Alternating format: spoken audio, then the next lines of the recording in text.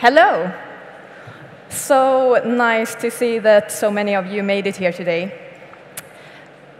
My name is Petra Eriksson. I'm an illustrator from Stockholm, Sweden, based in Barcelona. As you can see, I like doing colorful things. I do quite a lot of portraits, as you will get to see more of later in the presentations as well. And I also work quite a lot with graphic shapes in one way or another. I was super excited when Olga and Paulina reached out to me to ask if I wanted to do this talk, but the following months after felt a little bit like this, of me not really having any idea what I would talk about today. And I filled pretty much a whole sketchbook with pages like this, with just like random thoughts and notes of like possible ideas, thoughts that like could be interesting to share. But after a while, I started realizing that I made things too complicated for myself, and the only thing that I could really share with you was my own personal journey and the things that I've been trying to teach myself after I started freelancing. So I decided to call my talk Compulsive Drawing and Creative Self-Care. And the compulsive drawing part is more of like my background story and how I ended up where I am today, while the creative self-care part are more focused on things that I've realized and things that I'm trying to teach myself about how to have a sustainable creative life where I stay healthy and happy with the work that I produce. But since all of this is very much based on who I am and where I come from, we need to start with that little background story. So this is me. I think I'm about 2 years old. I'm at my family's countryside house in the very northern parts of Sweden. I often call myself a compulsive drawer because that's often what I feel like I do.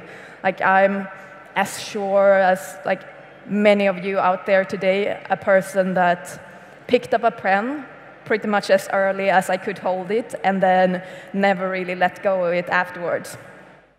And I used to spend a lot of time drawing as a kid, and especially during the summers, I used to copy my older cousins' Princess and Batman drawings so that I could try to impress my fellow kindergarten people with that when I came back after the vacations.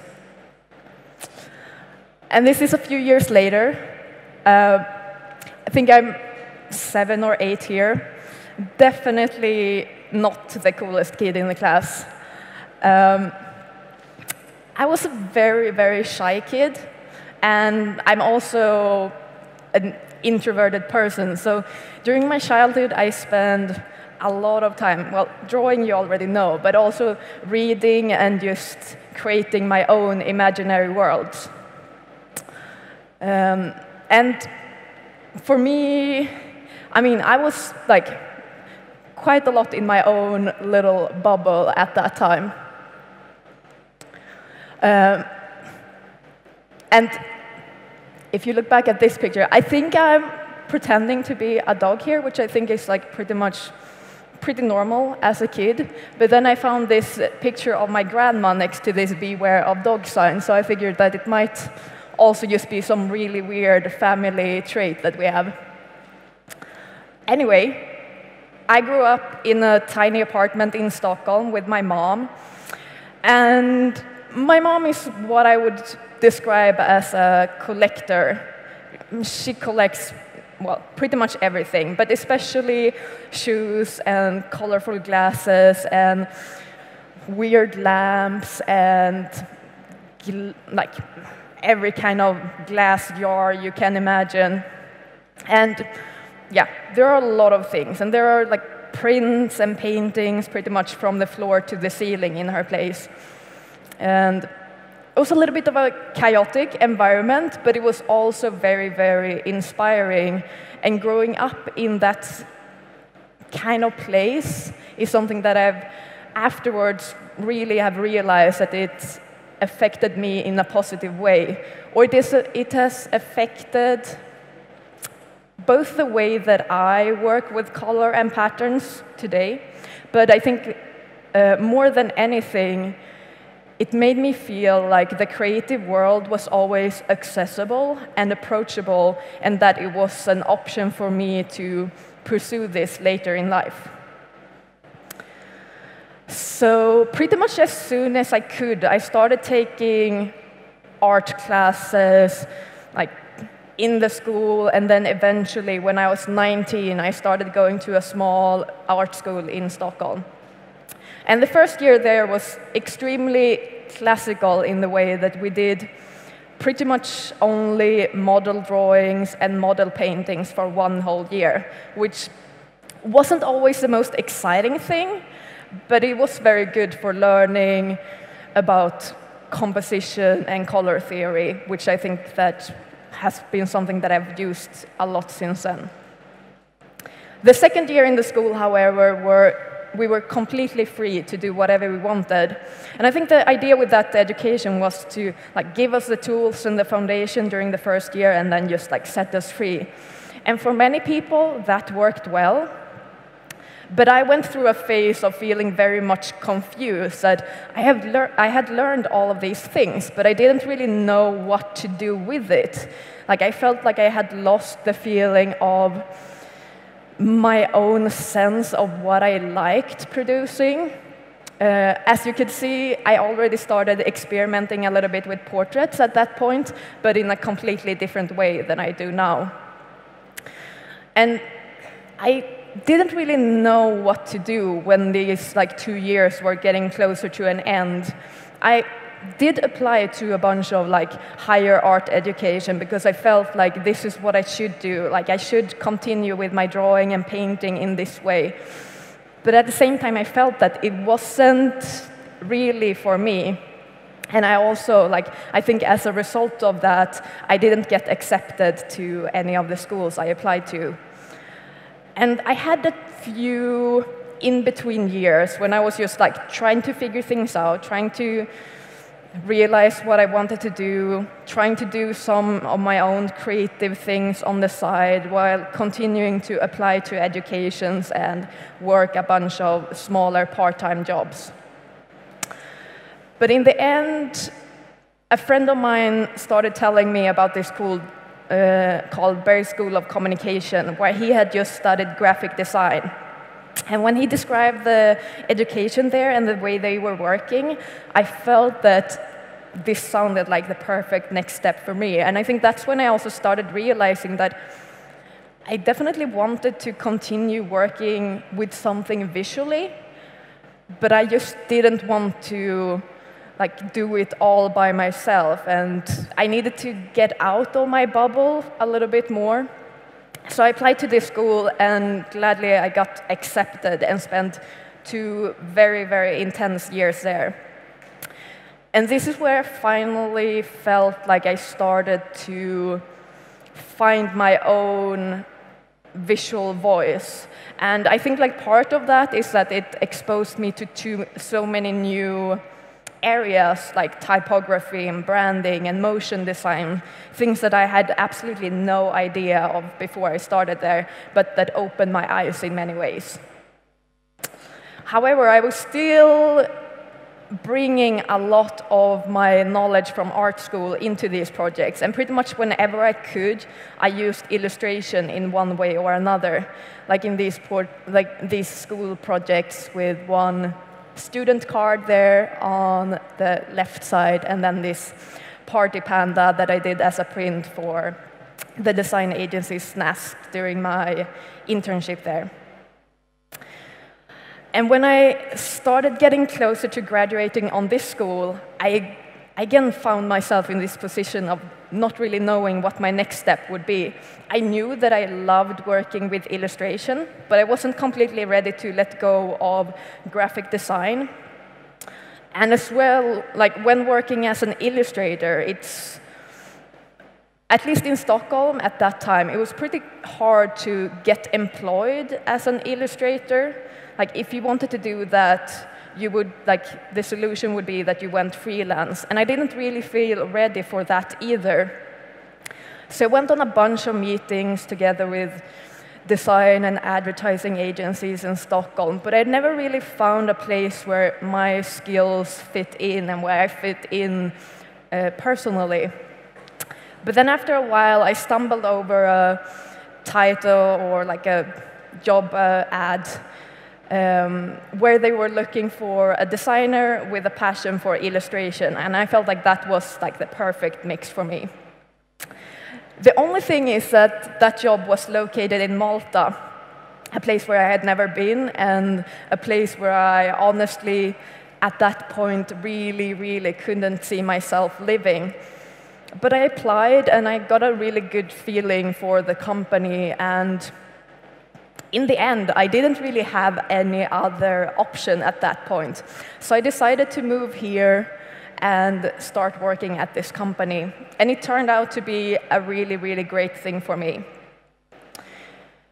The thing is, when I started working at this company called Casumo, they were a really tiny startup. And, well, that meant that a lot of things were still undecided and in process. And that also led to me very early on getting a lot of responsibility, but also a lot of freedom. And that is something that really helped me explore new ways of working with colors and shapes, but also helped me feel a lot more secure in my profession. And this is when I started feeling like I can actually do this as a living. However, if you've ever been to Malta, you know that it's a very tiny place. And when it comes to new cultural inputs, it's very limited. It's very few concerts there, hardly any contemporary art exhibitions. So after I had been living there for 1.5 years, I definitely felt like I needed to escape and do something else. So I went to Berlin. And I kept working for the company, but remotely, but I just needed to change the environment completely. And once I got to Berlin, all those new experiences I got there pushed me into starting to think more about my next step after this. And I wanted to start thinking about the idea of going into freelancing, but I felt like I needed to continue working on my own personal style. So I used the knowledge that I had from art school and from graphic design school with my new knowledge from the company, and just did a lot of projects just for myself, and eventually ended up with something looking a little bit like this girl here to the right, and started finally feeling happy with the things that I was producing. And I started sending these out to magazines and agencies to start getting a few freelance things. And this was a very exciting time, but it also meant that I was working pretty much non-stop. So I didn't really give myself the chance to properly settle into Berlin. And I decided to continue traveling around for a while, but I didn't get very far until I ended up in Barcelona, where I then decided to stay.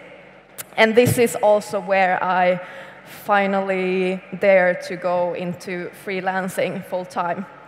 And this was about 1.5 years ago. And now I'm going to get into the second part of the presentation, which is more about the things that I've learned or the things that I'm trying to teach myself of keeping this sustainable creative life. And the first thing that I'm going to go through, I know several people talked about this yesterday, but I think it's so important. And this is about doing a lot of what you love. And it sounds so simple, but I think it's still something that we, no matter where we are in our career and no matter what we do, we need to remind ourselves of. Because it's easy to get stuck in something and feel like it's not completely right, but not really knowing how to get into the thing that you really want to do. And I think often the way to get there is to just try to put aside time and focus in that area. And the great thing with doing that is like the more you do it, the better you will obviously become. And at some point, people will start paying you to doing that thing. And that became really, really obvious for me at that point about when I started freelancing.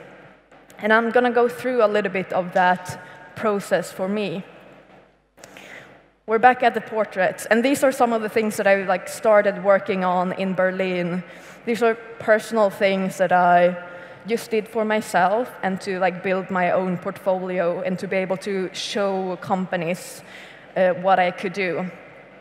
And once I had reached this style and this level that I started feeling that I enjoyed myself, I got some freelance projects of people wanting me to make portraits for them. And then those projects slowly grew. And one of my first big projects I did was these two portraits of Martin Luther King Jr. and Michelle Obama for Refinery 29.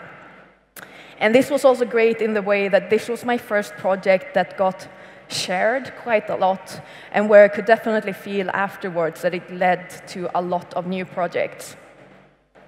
And a few months after that, the publishing company Abrams Books reached out to me to see if I would be interested to do portraits for a book called Bygone Badass Broads.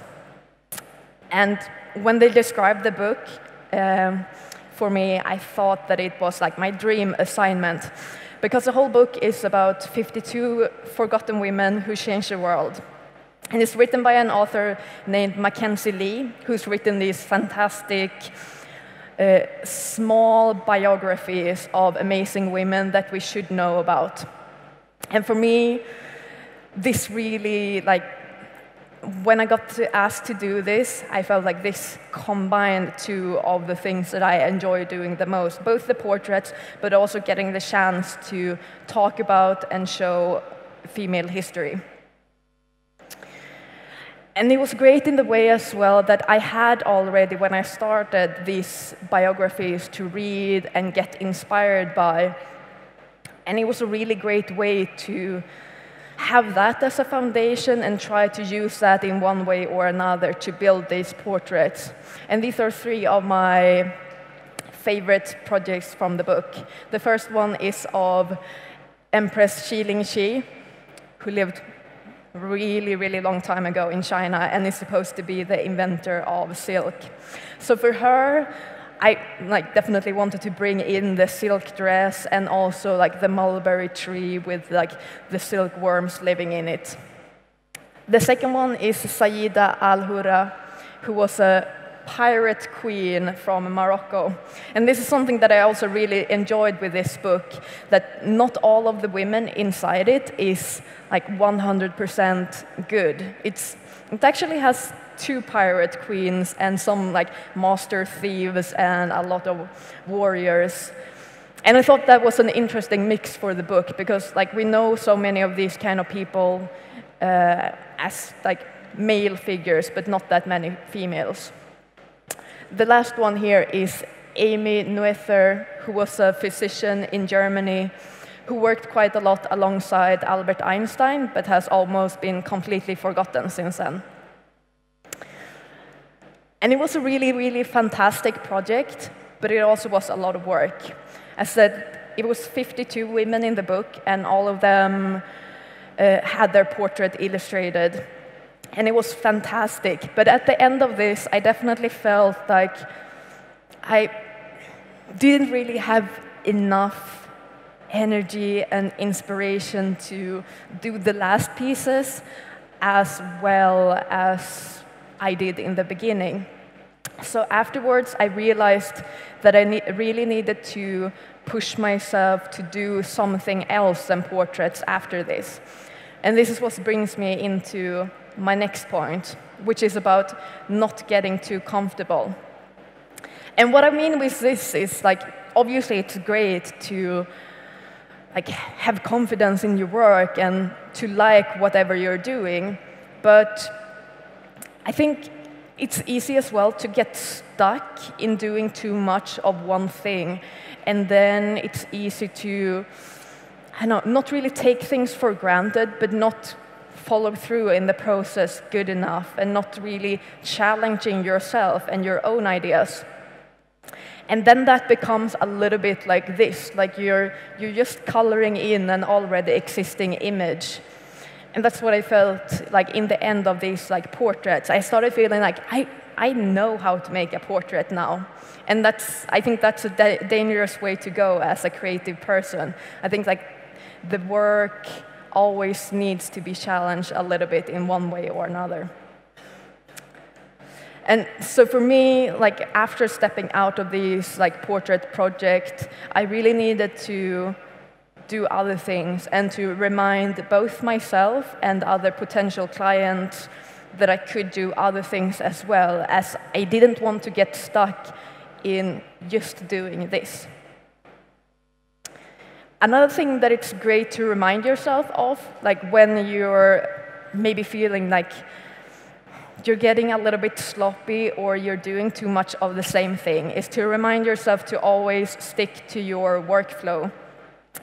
And I'm gonna quickly go through like how my workflow looks. And I think this is pretty similar as most people work. And it's definitely not rocket science, but I think it can be interesting to see the step-by-step process. And this project was an internal editorial project for Facebook. It was an article about clean living, and it focused both on vegan fast food, living without wasting anything, and organic skincare. But after discussing the article with the art director, we decided to focus on the last thing, the organic skincare part. So what I do in the beginning is to do some kind of research. Sometimes, if it's like for an editorial piece like this, just reading the article is research enough. At other times, the research part includes reading up on a specific topic or looking for some kind of references. But in this part, the article was enough. And after that, I just started scribbling down some like quick thoughts and like words of things that I thought about when reading it. And these are both like concrete things that I might want to bring into the image, like bottles and particles and leaves and plastic, but also some like visual ideas like splashes and pastel colors. The second thing I do is to make these like small, very, very rough thumbnail sketches. And this is just to get like a little sense of the composition and like the different objects I want to bring into the image. And in most cases, these are the first kind of sketches I send over to the client.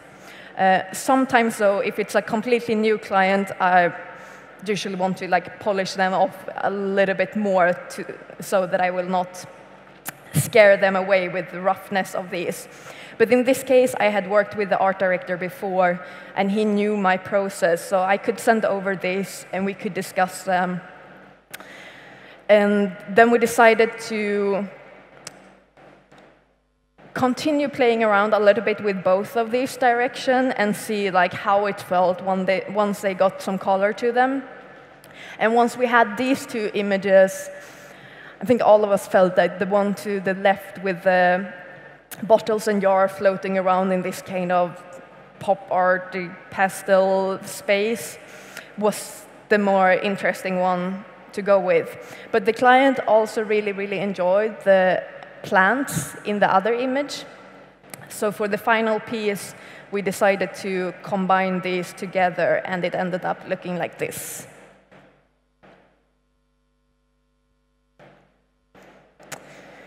The next part I'm going to get into is the one that I still find the most tricky myself, and that is about daring to say no to things. And I think especially when you're new in your career, either if you're like freelancing or if you're employed somewhere, it's really hard to dare to say no to a client or dare to say no to someone that you're working with, even if you realize that you probably don't have enough time to take this on. And it's also scary, at least from a freelance perspective. It's easy to feel like, what if I say no to this client now? Like, maybe they will never want to ask me again. But I think that's extremely rare. I think it's almost like the opposite thing. Like, if you dare to say no to someone, they might be even more intrigued by working with you at a later stage. And for me, like, I've really thought a lot about this during the last year, because I went through a phase myself where I felt like I definitely had taken on way too much work. And it works for a while. It can even be really exciting for a few weeks and give you a lot of extra energy, and you're just like powering through that process. But after a while, it does start to affect you. And I knew this, but it wasn't really until I started defining all of the negative effects of this together with my therapist that I started properly realizing that I needed to rethink how I approached this. So what I did is that I did this little downward going spiral with the effects of having too much work and how I felt that it affected me and my life. So for me, when it starts up in the corner with, too much work, which means also that I don't have enough time to have like a proper social life. And that also means that I most likely don't have enough time to get out and find new inspiration and just go to the library or an exhibition or something like that. As a reflection of that, like, my brain also starts getting overworked pretty quickly, and I don't even have the time or the energy to like properly perfect my work at the level I want to do. And in the end, if it's really bad, I mean, I always deliver something, and it's at some kind of standard, but it might end up not being as well executed as I would have loved to. And in the end, at least for me, this is like the death of my creative self-esteem. And I've really had to remind myself of that it's not worth it to have maybe like 5 projects at a time if I'm not going to be able to enjoy the process, no matter how exciting they sound, and if I'm also not going to be 100% happy with the end result. In that case, it's much better to try to give myself the time to perfect something and also enjoy the process of doing it. Also, as a result of that, like, if you produce something that you're truly happy with, that's going to be something that you're more happy to promote yourself, and that's also probably going to attract more interesting clients in the future. But how do you get out of this rut, though? Like, if you feel stuck in something and you feel like you've been overworked and you need to just feed yourself with new creativity and boost your self-confidence, for me, that has a lot to do with keep exploring new areas. And for me, that means, I mean, partly it's about exploring my own work, to go back to reminding myself of doing what I love and like do personal projects and challenge myself there. But it's also about reading books, consuming culture, like putting myself out of my comfort zone and do some kind of presentation like this. Do something else creatively. Like for me personally, I pretty recently signed up for a course in ceramics. I'm not expecting my first pieces to turn out like this, but I'm really excited to giving this a go. Also, just in general, like learning new things. For me, that part right now consists mostly about me trying to learn Spanish, which is going slowly, but it's also very exciting because, yeah, languages open us up so many new doors. And it's also about traveling and exploring new places and coming to places like this and get a chance to meet a lot of new people.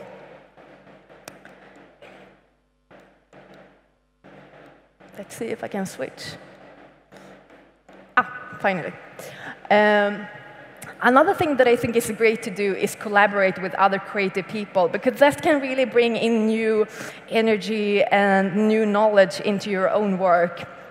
And for me, just a few years ago, I hadn't done that a lot. I'm a person who likes working by myself, though I felt like once I was a part of the design team for the company in Malta, I started learning like the great experience of like sharing things together with other people.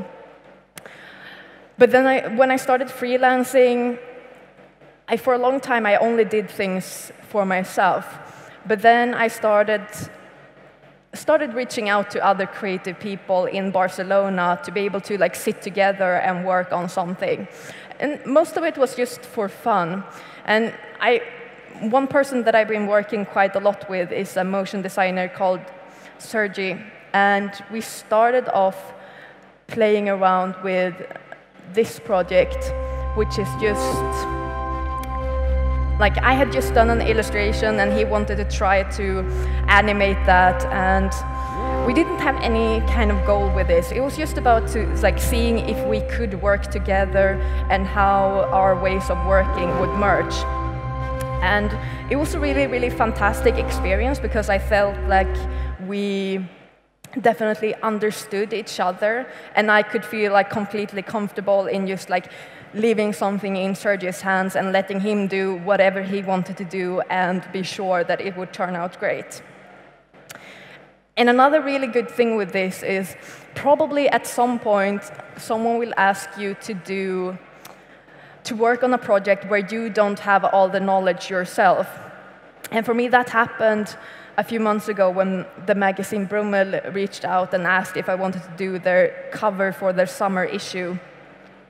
The thing is that they have also started animating the cover for their social media channels. So they asked if I felt comfortable in doing that as well. And I definitely didn't. But since Sergi and I had already worked on a few things together, a few of these like just for fun projects, I knew that I could bring him along into this project and that we could work on this together. So this is how it looked once he had animated the piece. We're getting closer to the end now, and the last point is a pretty short one, but it's a thing that I think is pretty easy to forget as well, and it's about like celebrating your work and what you do. Especially if you're working by yourself, it's so easy that you're finishing a big project and you're just sending off like the delivery files and then jump straight into another email or another project directly afterwards, and then you completely forget to like pat yourself on the back for finishing this like 3-month project. And what me and many of my friends are trying to do now is to help ourselves with like remind each other of the work that we put in and to celebrate each other. And it's great having like that kind of like both that kind of support system, but also being reminded of appreciating your own work that you have put in. And now I'm just about to wrap up. I'm just going to go through quickly all of the things that I've mentioned. The first point was about doing a lot of what you love. Don't get too comfortable. Stick to your workflow. Dare to say no to things. Keep exploring new areas. Collaborate with people, and celebrate your work. And that's all. Thank you.